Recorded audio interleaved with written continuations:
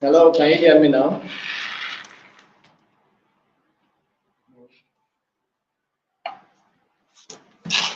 Can you hear me?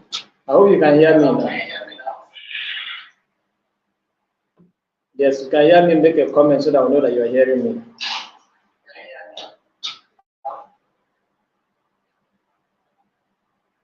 All right, thank you very much. We're able to resolve the network issue. But now we are going to start the meeting right away. So, like I said, comment so that we know that you are available, you have joined today's training, and also share the link with someone so that they can also be part of it. So, we're going right into the training. Today, we're going to continue from where we stopped. We were able to finish module 2 yesterday. We have completed module 1, module 2. Today we are going to deal with module 3. And then we are trusting God that we'll cover 4 modules for this training. So if we are not able to cover the 4 modules today and tomorrow, it means that there may be extension of days to be able to cover those remaining parts of the training. So, but let's see what we can achieve today. So today we are going to look at module 3, which is about non-violent communication and conflict transformation. Non-violent transformation or communication and conflict transformation. This is what we're going to look at. Non-violent communication and conflict transformation. In our first training, I told you about a word called conflictology. Conflictology is a discipline that has to do with conflict management, conflict resolution, and conflict transformation. All right. So we are going to deal with conflict transformation today, so that you understand what it's all about. We have talked about conflict resolution, right? And then today, that is yesterday, we talk about the various ways we can carry out to resolve conflict. So today we are going to look at conflict transformation as well. But let's look at non-violent communication. All right. When we talk about non-violent communication, NVC, what do we mean? Non-violent communication is a communication style developed by Marshall Rosenberg. It focuses on empathetic listening and expressing oneself honestly and compassionately. Now, that is, if you are talking about non-violent communication, what are we talking about? We're talking about the form of communication that has to do with listening and expressing your opinions, expressing yourself expressly, and then also expressing your and frequently and adequately, so compassionately. That's the ability to be able to communicate effectively. That's what non-violent communication is about. Because when you are angry, you want to speak, you don't speak very well, if you can notice. You'll just be shouting. Do you understand?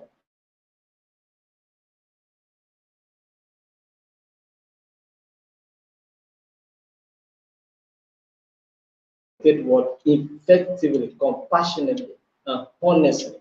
All right, that's what non-violent communication is all about. Okay, so let's look at some of the principles of non-violent communication. What are the principles of non-violent communication? 1, empathy. Strive to understand others' feelings and needs and respond with compassion. Do you understand? Now, that's what I'm saying here, that in non-violent communication, we're talking about empathy. Empathy simply means putting yourself in another person's shoe, all right? Trying to understand one's feelings and opinion. You understand? Consider the perspective of another person. That's what we're talking about here. So when you are talking about empathy, then it means that you put yourself in someone's shoe so that you know how it feels. Do you understand? Then self-expression. Another principle of non-violent communication is self-expression. Communicate your own needs and feelings honestly and openly, right? Without blame or criticism. All right. So don't speak as if you are criticizing somebody, but express yourself as much as neutral and, if possible, express your own personal feelings without blaming somebody else. That's what we're talking about. Let's look at the needs awareness, recognizing that underlying every feeling is a need, and that understanding these needs can help resolve conflict. Requesting and not demanding, just make a specific actionable request rather than demand respecting others' autonomy or choices. All right. So you just make a request. All right. A request that is respectful. All right. A request that, respect the feelings of the other person. Request that does not offend someone's sensitivities or sensibilities. Do you understand? That's what we're talking about. So let's look at the next slide. So now we have talked about empathy. We have talked about active listening. We also talk about assertiveness. Okay, these are the skills that you need when it comes to non-violent communication. You need empathy, you need active listening, and you also need assertiveness. So now let's look at each and every of these elements of non-violent communication. Let's look at empathy. All right. Empathy is the ability to understand and share the feelings of another person. It involves putting yourself in someone else's shoe and seeing things from their perspective. That's what I say, empathy. Empathy helps build trust, strengthen relationship, and improve communication. It allows you to connect with others on a deeper level and show that you care about their well-being.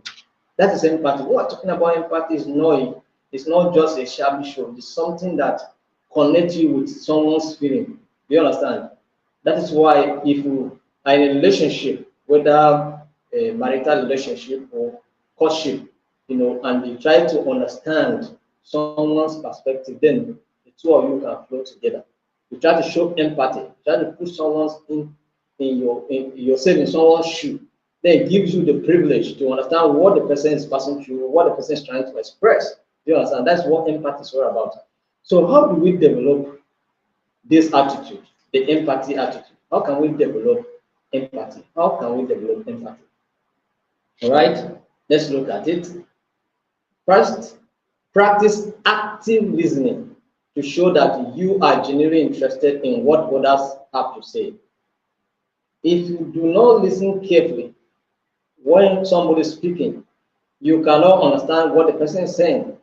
So, tips for developing empathy is to listen attentively, listen carefully. Most people, if you are talking to them and you don't pay attention, you will be discouraged, even you, the speaker yourself. Do you understand? It's when you are speaking with someone and the person is listening attentively that it motivates you to speak more. Do you understand? And when you listen carefully, it also gives you opportunity to understand what somebody is saying. Even the ones that they didn't say with their words, you still understand because you are listening and you are looking.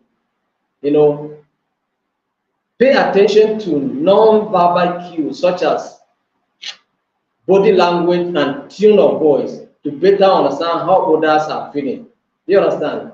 Pay attention to non-verbal cues. That is, now let me give you one example. For those of you that used to toast gears for area now, I'm talking about particularly you the gears, the lady. Somebody is toasting you, and then the person is a kind of let me say, maybe the friends, the two of them, they were friends. Then the other one is toasting you by the side, and then you, the lady, you are not paying attention.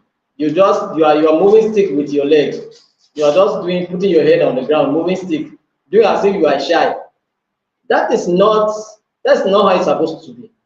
Somebody approach you, look the person into the face. Let's see what the person is saying from his eyes, from his tune, from his gesture. You understand? That's what we talk about non-verbal, the body language, the non-verbal communication skills. You need to understand what the person is saying. If you look at someone's eyes that is toasting you, it will tell you that this person is very genuine and sincere. Sometimes we'll be toasting guests and then be signaling our friend that is waiting for us, communicating something. Do you understand? But you, the girl, you are not ready. You are not recognizing. The reason is that your face is on the ground, moving stick on your leg. Nothing concerns you. You are just behaving as if you are shy. That is not how it's supposed to be. Look the person into the face, understand what the person is saying, let the person know that you are also connected to what they are saying. You understand? And then it will show you how sincere the person is or not.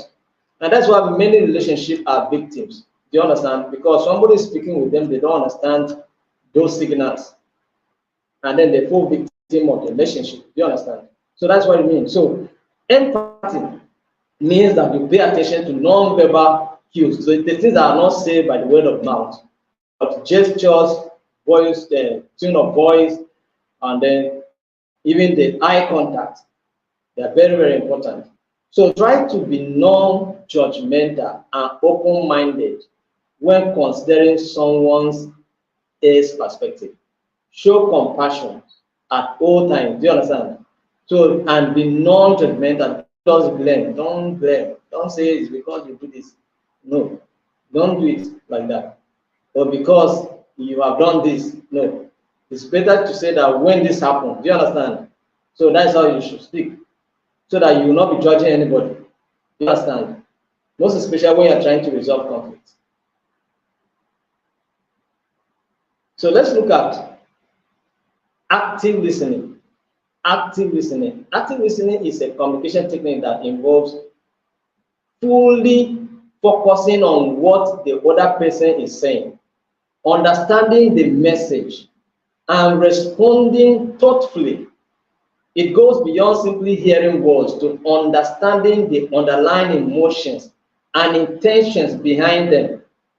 Active listening shows respect, enhances understanding, and promotes effective communication.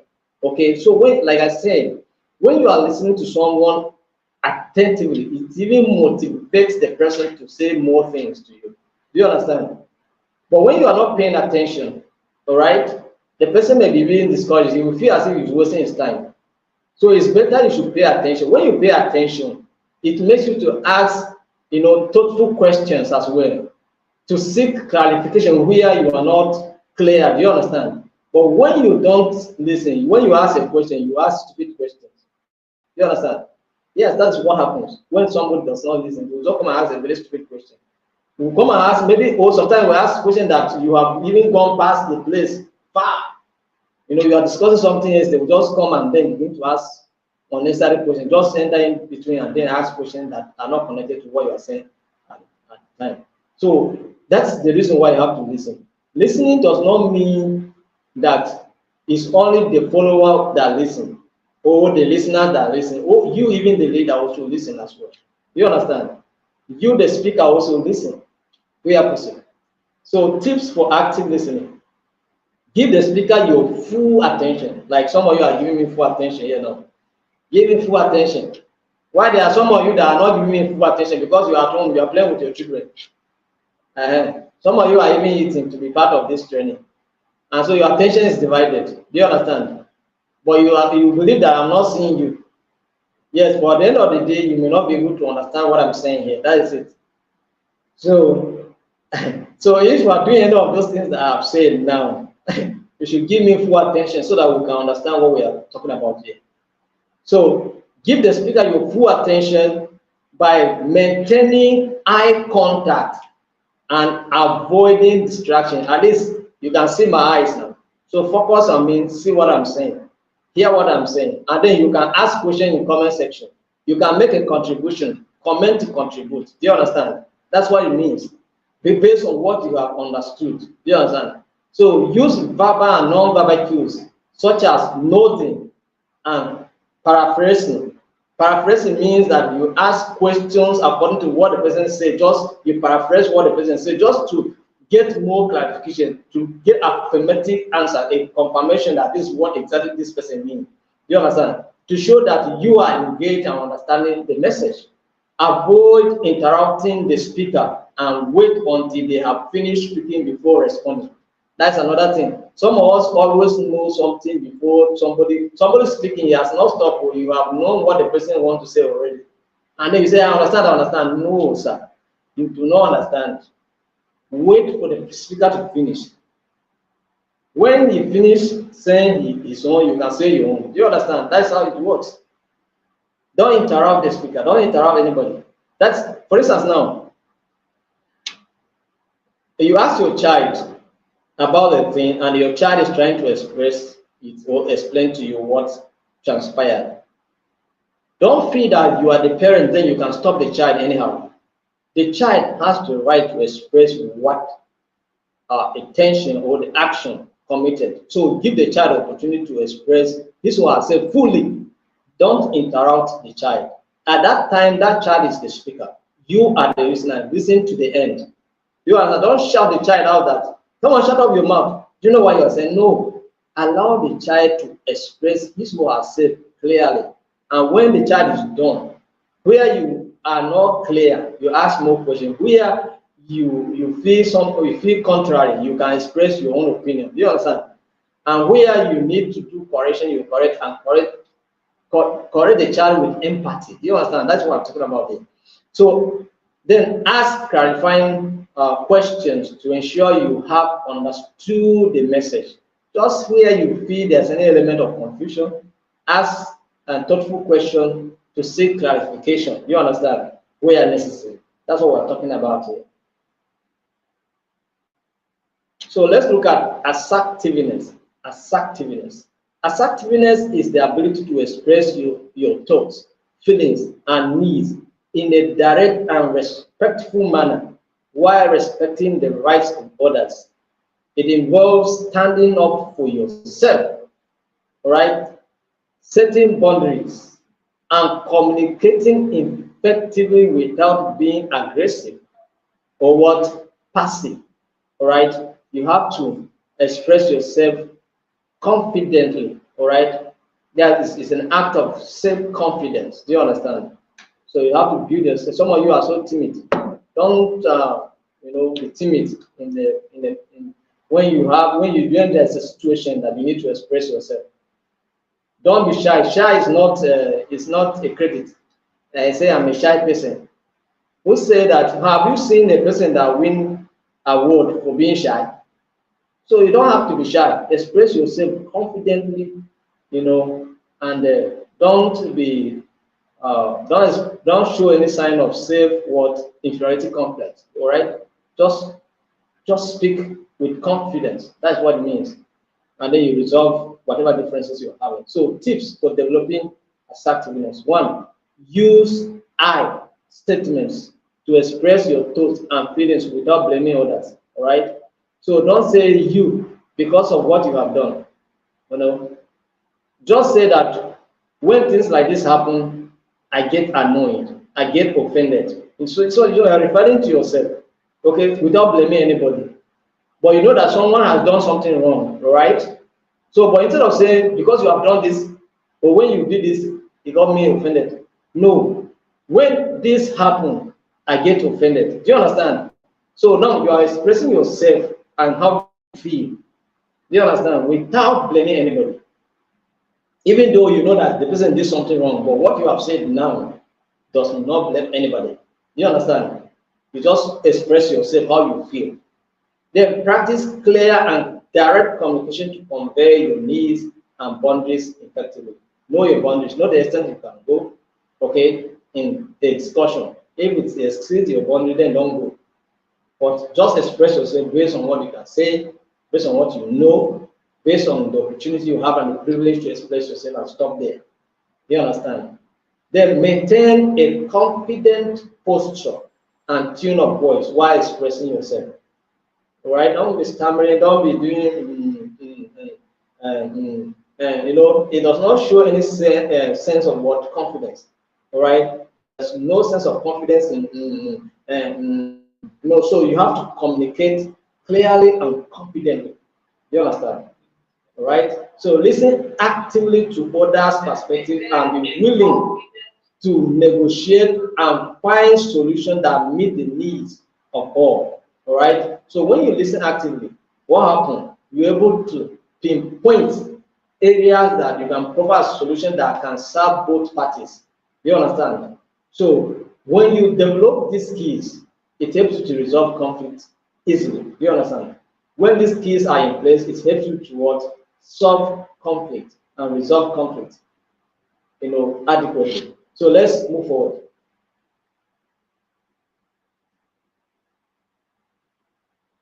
So how do you apply non-violent communication skills in conflict resolution?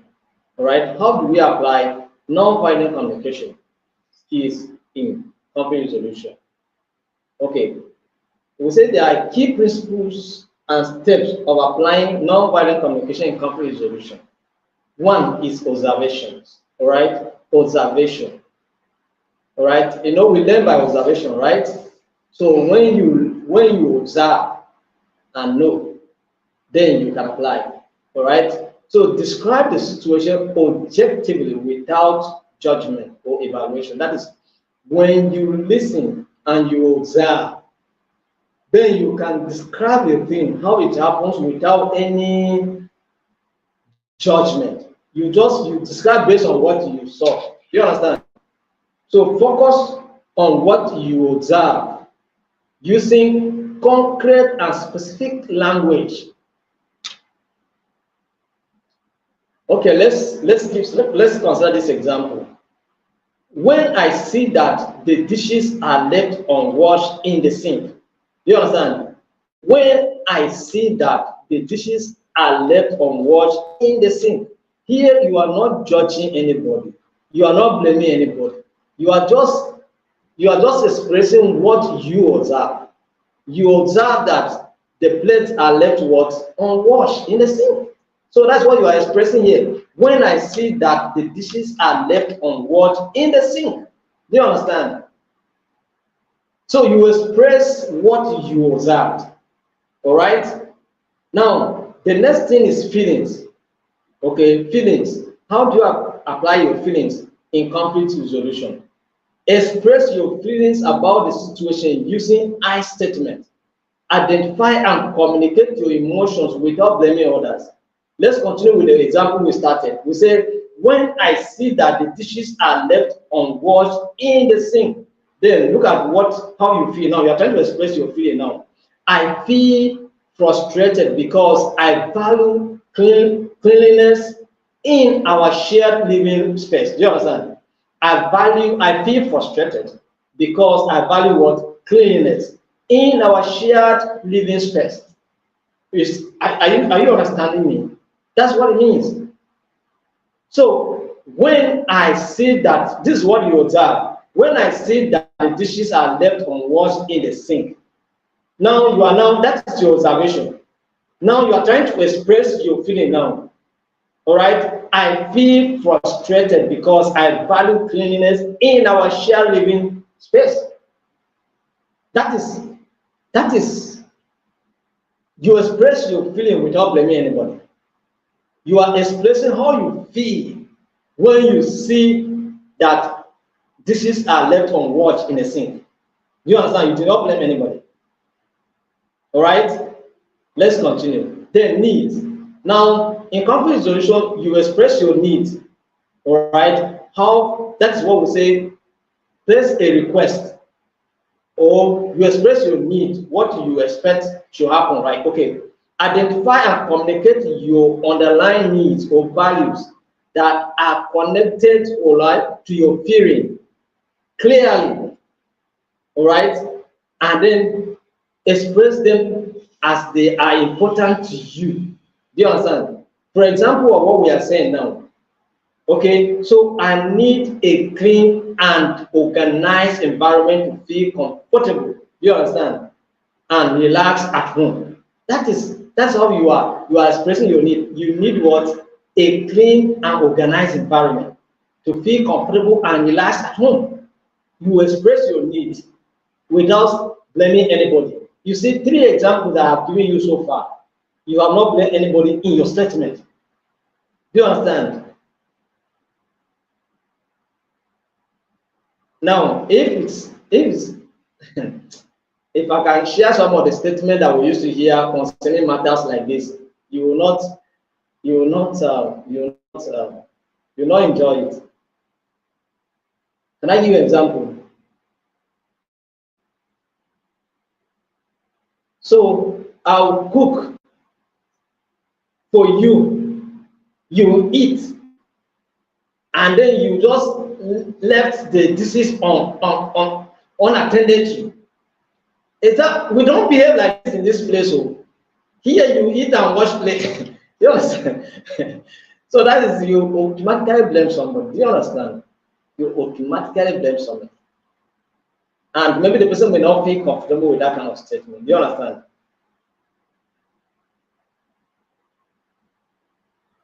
So you want to express your feelings. I don't like this. I don't like this. I don't like saying that. So see how dirty you are. Just like that. So it's not encouraging. So this kind of thing they discourage and they're destructive way of communicating. Do you understand? They don't build, they only destroy. Do you understand? And then escalate violence. Do you understand? So now you make your request. Now you have observed, all right? You have expressed your feeling, you have expressed your need. Now make a request. All right? Make a specific request for what you would like to see happen to meet your needs. Be clear, positive, and actionable in your request. Now let's continue with the example we're using. Example, would you be willing to help with washing the dishes after meals to maintain a clean kitchen? Do you understand? See your request now. Would you be willing to help with washing the dishes after meals to maintain a clean kitchen? You understand? So you place your request in the form of a question because it demands an action. Do you understand? It demands a response from the person. Do you understand that you're communicating with? Do you understand? First and foremost, the three instances that we have talked about, you do not blame this person. You just express how you feel, and now you are placing a demand for the person to contribute in what you are talking about. Then empathy. Now, practice empathy listening by practice empathetic listening by actively listening to the other person's feelings and needs. Show understanding and compassion for their perspective. Reflect back what you hear to ensure you understand their feelings and needs accurately. Do you understand? Now, when it comes to empathy, when it comes to dishes, cleaning dishes at home, you know that it may not be as if it's not work, but it's not always easy to do them. Do you understand? So in this kind of case now, if you want to show empathy now, what would you do? Send a comment. If just type a comment now, if you are the one now to show empathy in this issue that we have expressed, the example we have given, for example, we have given here now. Give me the kind of empathy that you can show towards this person. Do you understand? All right. Now, let me just give you one example on my own side. Do you understand? Now, assuming we say that, okay, would you be willing to help with washing the dishes after meals to maintain a clean kitchen? Now, how can you show empathy to this person in this case now? All right, maybe you can say something like this.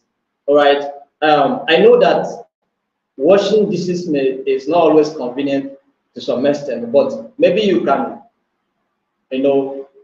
help to wash maybe from Monday to Friday, while weekend I'll help you in washing the dishes. That's you are trying to put yourself in the person's shoe and also offer to support. Do you understand?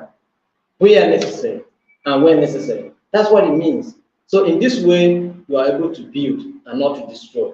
So collaborative problem solving. Do you understand? It's like what I have said now. My example now even at what we'll talk about here now. Work together to find mutually acceptable solution that address the needs of the all parties involved. That's why I say you can offer to even assist where necessary and when you are chance to do it. Do you understand? So focus on finding solution that is a win-win to everybody. All right, to everybody. The needs and the feelings of both parties are served. Do you understand? So that's how you apply these skills. Then the solution. So reach an agreement on a plan of action that addresses the needs and concerns of both parties, clarify responsibilities and timelines if needed. Just the example I gave you now, serve everything, we have agreed, the person, okay, I accepted to also help in washing the dishes. You understand? Maybe he or she is to do it from Monday to Friday, while you do your own weekends. You understand? That's the solution. That's the action plan. That's agreement. You understand? And then because we know that from Monday to Friday, the person is going to take care of washing of dishes, for you handle it on Saturday and maybe Sunday. Do you understand? That's what it means. So by applying the principles of non-violence communication in conflict resolution, you can promote understanding, empathy, and constructive dialogue to more peaceful and effective resolution of conflict. So that's what it means.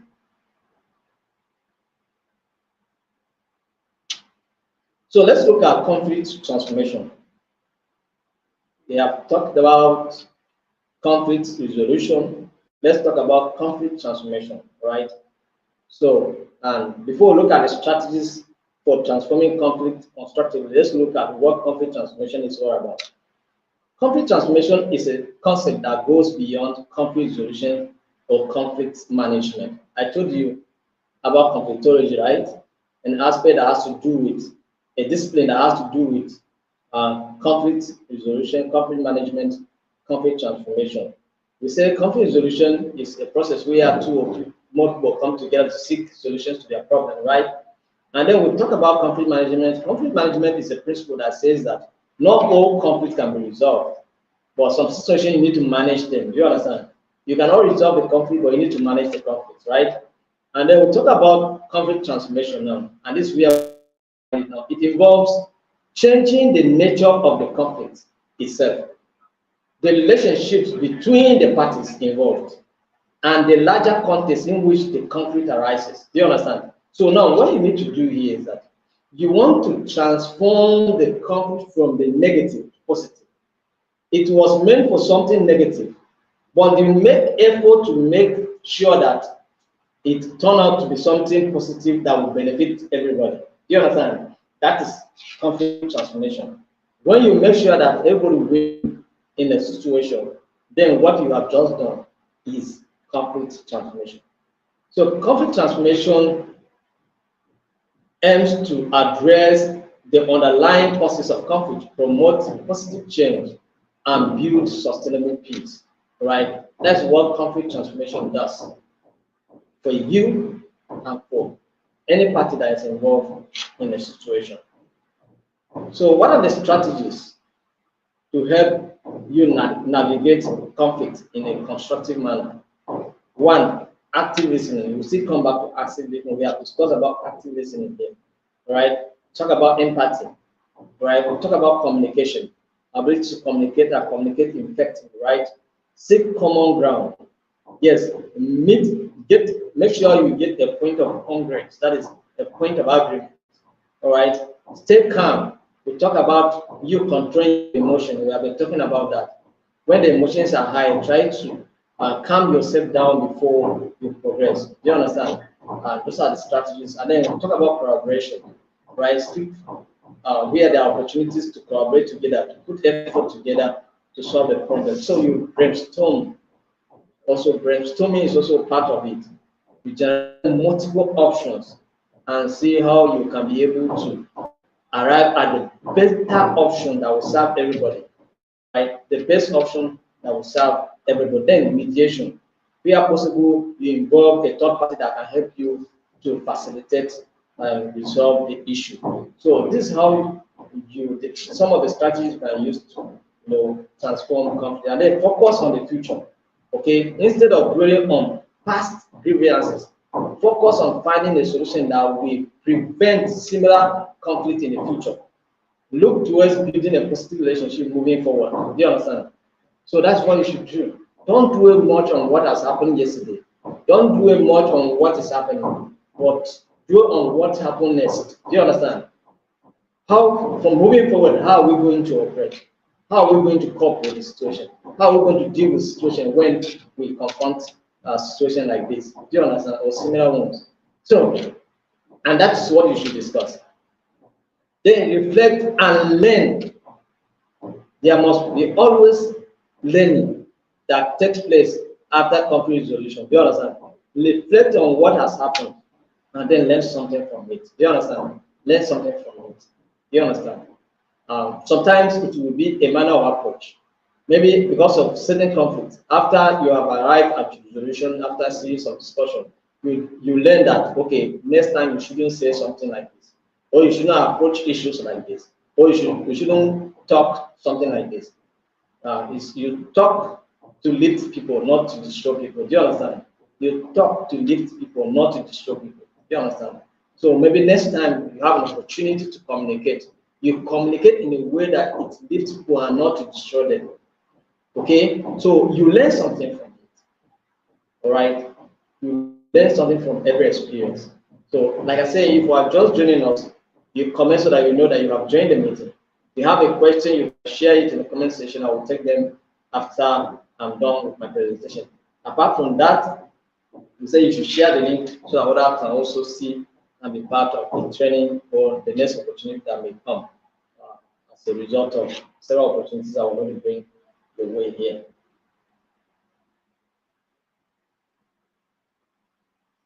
Building bridges and fostering reconciliation. How do you build bridges when trying to transform or resolve conflict? How can you foster reconciliation? Reconciliation takes place basically when there are two parties to conflict who were friends before. You have to reconcile them, all right? You have to reconcile them. For those of you that are Christian believers, you understand that the death of Jesus Christ was meant to reconcile you with God, having a relationship that was not working, right? So that's what it means. So you have to reconcile all friends, all right? People that were living in peace before, how do you reconcile them? So these are things that you are going to do when you are trying to resolve conflicts, all right? You build bridges, all right? You make effort to foster what reconciliation. So let's look at the approaches that can help in building bridges and fostering reconciliation between conflicting parties. One, dialogue and communication. Dialogue, talk. Sarman, talk.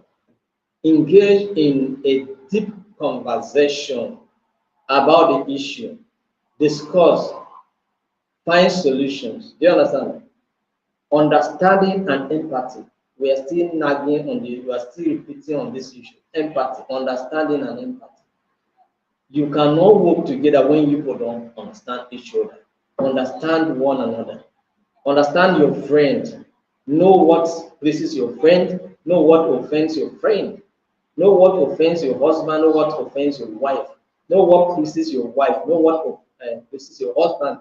If you do not know this, some of you don't even know the kind of food that your husband wants. You understand? So when you understand each other, you can be able to operate. You understand? You can be able to go miles together. Then truth and reconciliation process. Establish truth and reconciliation process that provide, a platform for acknowledging past wrongs, addressing concerns, and promoting forgiveness. You must make effort to forgive.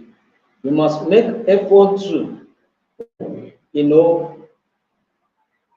refuse to dwell on the past, but focus on the present and deal and create a plan for the future.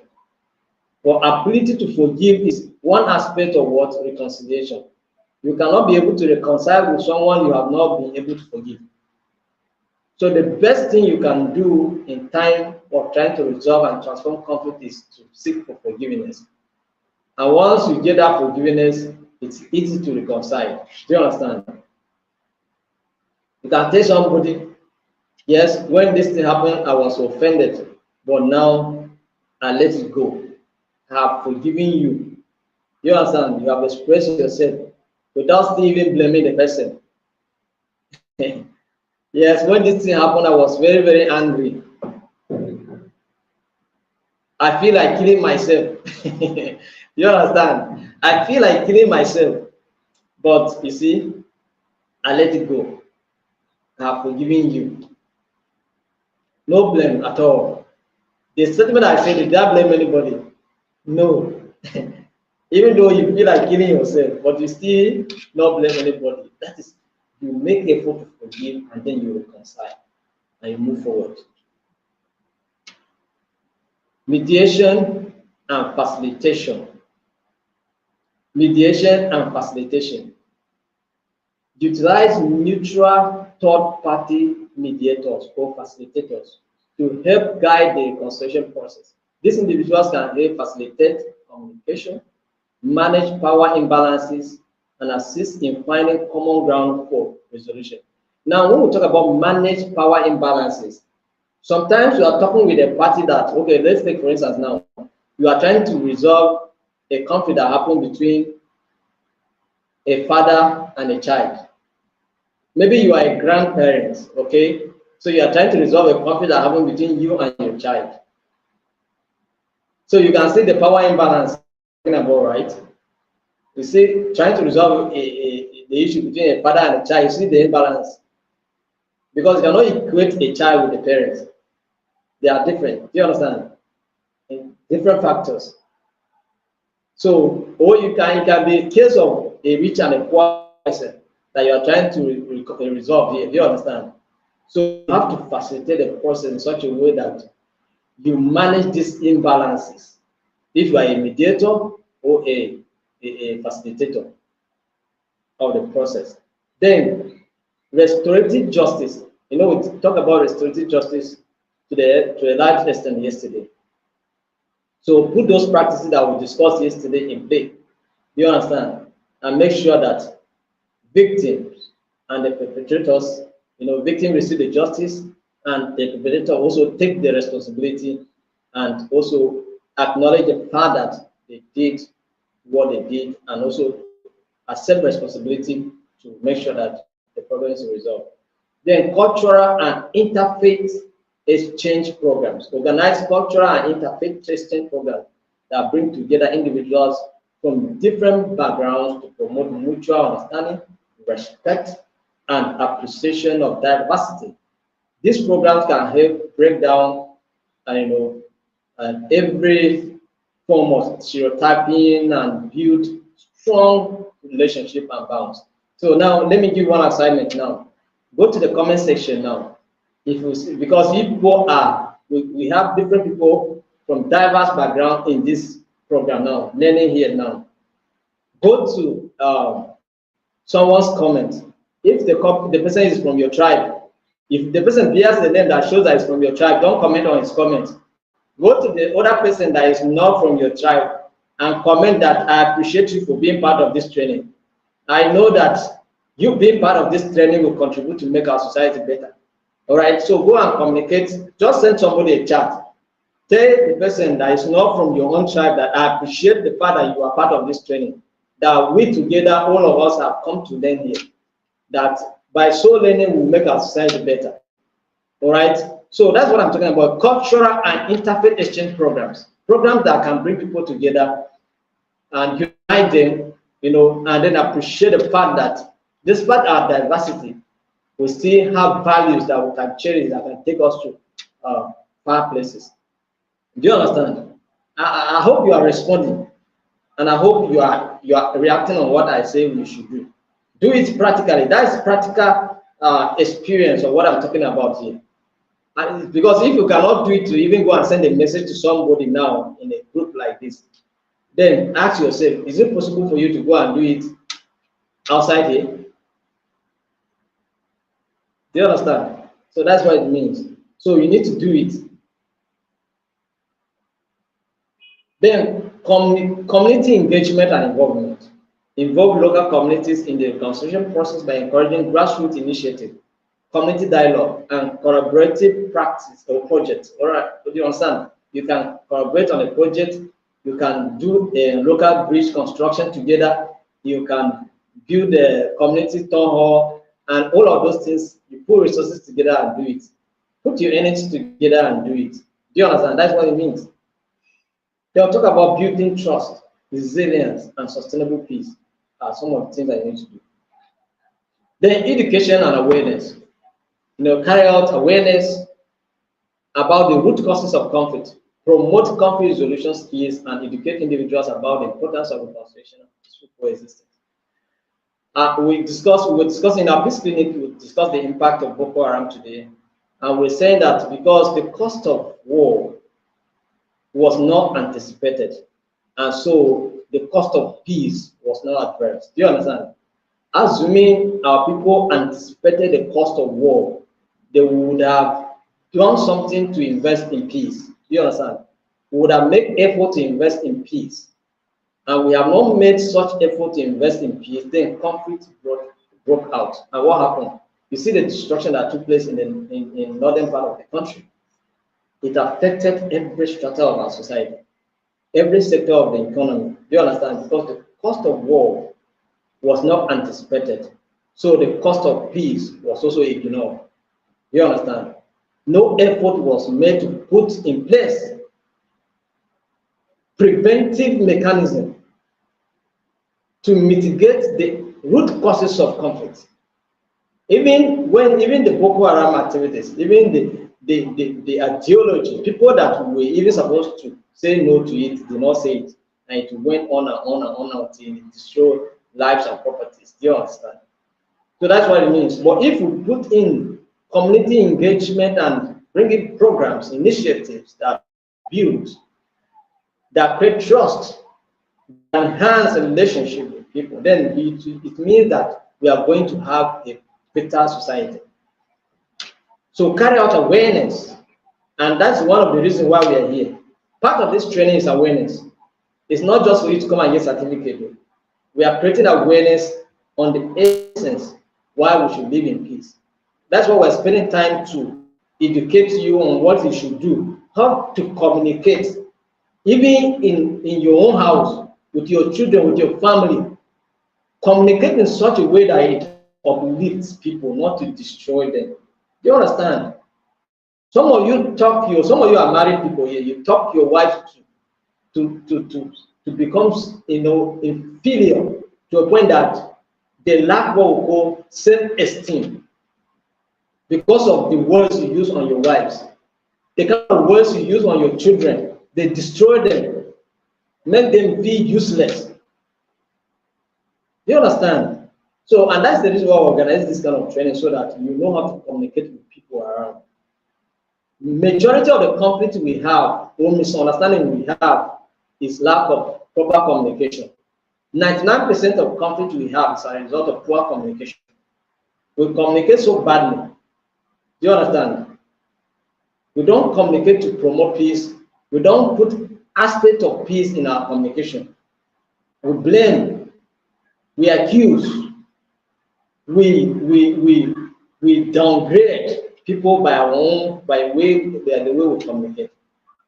So symbolic gestures and acts of reconciliation. Encourage symbolic gestures and acts of reconciliation, such as public apologies. Some of us are too arrogant to even apologize, even to our children, and even to our. Do you know that sometimes you have to apologize to even your children for what you have done? You shout at your child, make her confused or he confused. So hold the child by the side after a while and apologize for how you responded or reacted. And then maybe advise the child that next time don't do something like this. Do you understand? You need to apologize. Even to your children, to your wives, to your husband. Some of us are too arrogant. They say, I'm the husband, I'm the head of the family. So head of the family does not apologize. If you do something to your wife that is not uplifting, please, sir, humble yourself. For the sake of your peace at home and the peace of society, go and apologize. Because when the trouble starts, the society will begin to feel the impact of what started in your house. Some of these guys that we have on the street that are kidnappers, that are criminals, that are agboros, is because communication at home destroyed them, pushed them out of the house, put them on the street, then they become a threat to the society. They become a threat to peace. Do you understand? That's what it means. So communicate in such a way that it uplifts and it builds people. All right? Long-term commitment, building bridges and fostering reconciliation is a long-term commitment. It's not something that you do today. When you talk about peace building, it's something that is continuous, because peace is fragile. Do you understand? Peace is fragile. So concerted effort must be made always to sustain and maintain peace in our communities. If we live today, tomorrow what you see is conflict. So we must make concerted effort at all times to build peace in our communities. It's not something that you do today and tomorrow you just give up. There's one professor that I've been taking in our class on peace, global peacekeeping and peace building, sustainable development and peace. He is a professor. He says he's a community. He's a chairman of peace community in his own community. Peace committee in his own community. Do you understand? So that's what it means. So that community want peace in their community. They set a committee, and he, professor, is the chairman of that committee. And no wonder he came to take some courses on peace and conflict resolution, so he can know how to handle peace issues in his own community. In fact, he registered for 3 courses. He has done 2 already, remaining 1. You understand? So that's what it means.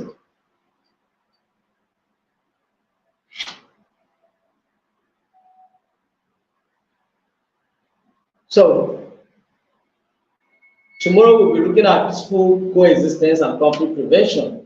You understand? So let me look at what people are saying in your comment, because I say you should go and talk to people and then appreciate the fact that they're in this training, and they are by to make our society beautiful. That's why they want to learn peace education. Some of you are teachers. In your school, you go back with the knowledge you acquire here today, and you make your class the most peaceful class and productive, based on the way you communicate with the student, based on the way you communicate with the children, based on the way you interact with them, right?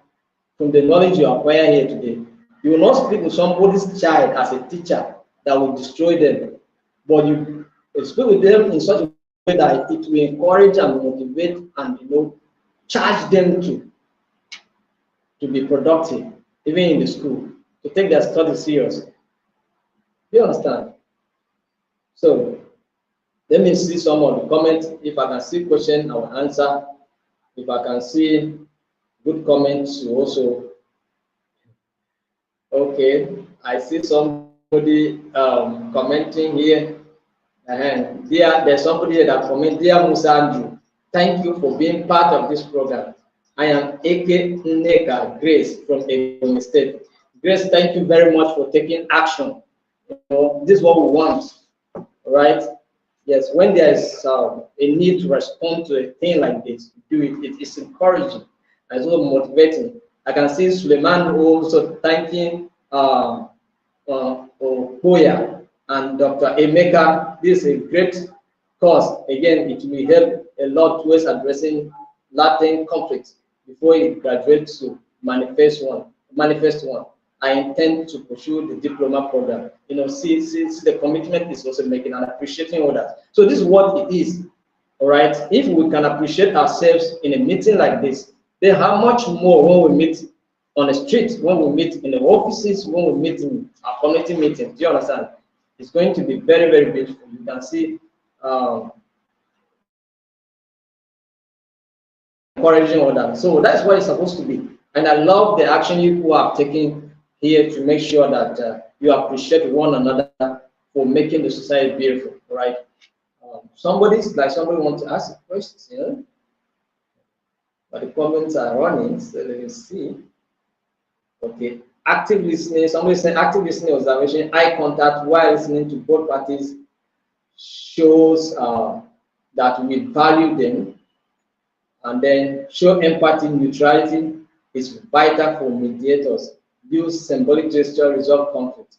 Alex Akinyemi, thank you for being part of the training. Your comment shows that you are part of the training as well, and I appreciate you. This course has opened me up on many things about approaching issues. Nana, thank you so much for that comment. We appreciate all of you for your comment, and we hope that tomorrow we'll finish module 2 and then module 3, and we'll enter into module 4. If we cannot finish module 3 and start module 4 tomorrow, there's probability that we extend this class for 2 days for us to cover module 4 as well, because module 4 talk about curriculum development. Okay, so it's good that we should know what should be involved in our curriculum when we're talking about peace. And for us as an institution, we are agitating for the establishment of peace studies as a subject in our schools, in our school curriculum. That is in primary school, in secondary school, even in the university. There should be a JST called peace studies. Do you understand? It shouldn't just be use of English alone. It shouldn't just be use of library alone, but library skills only. But we should include peace studies as well as a general studies. So some of you here are head of schools. All right, you can introduce it in your schools.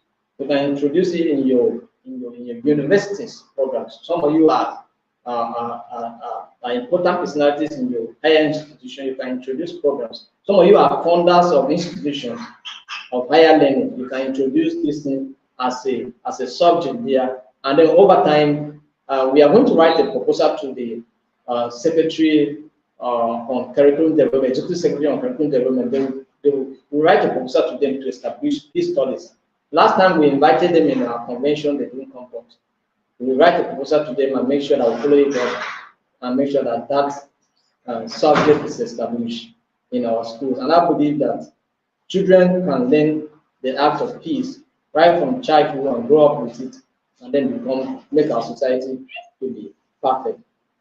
So thank you very much, and I appreciate you and your time being part of this training today. It's a privilege to host you once again. And, we are also going to bring new programs that will benefit all of you that are interested in learning, and then learning new things and making our society better. And then that we, after we learn, we'll take it to our society, our community. We'll be organizing community programs, and many of you will participate based on the knowledge you have acquired in the course of the training. So thank you very much. We appreciate your time, and we hope to see you tomorrow, same time. Okay, my question. Somebody's asking a question here. My question is, can the outline for more study? You can. We are going to give you this manual. After the training, we'll send the manuals to you.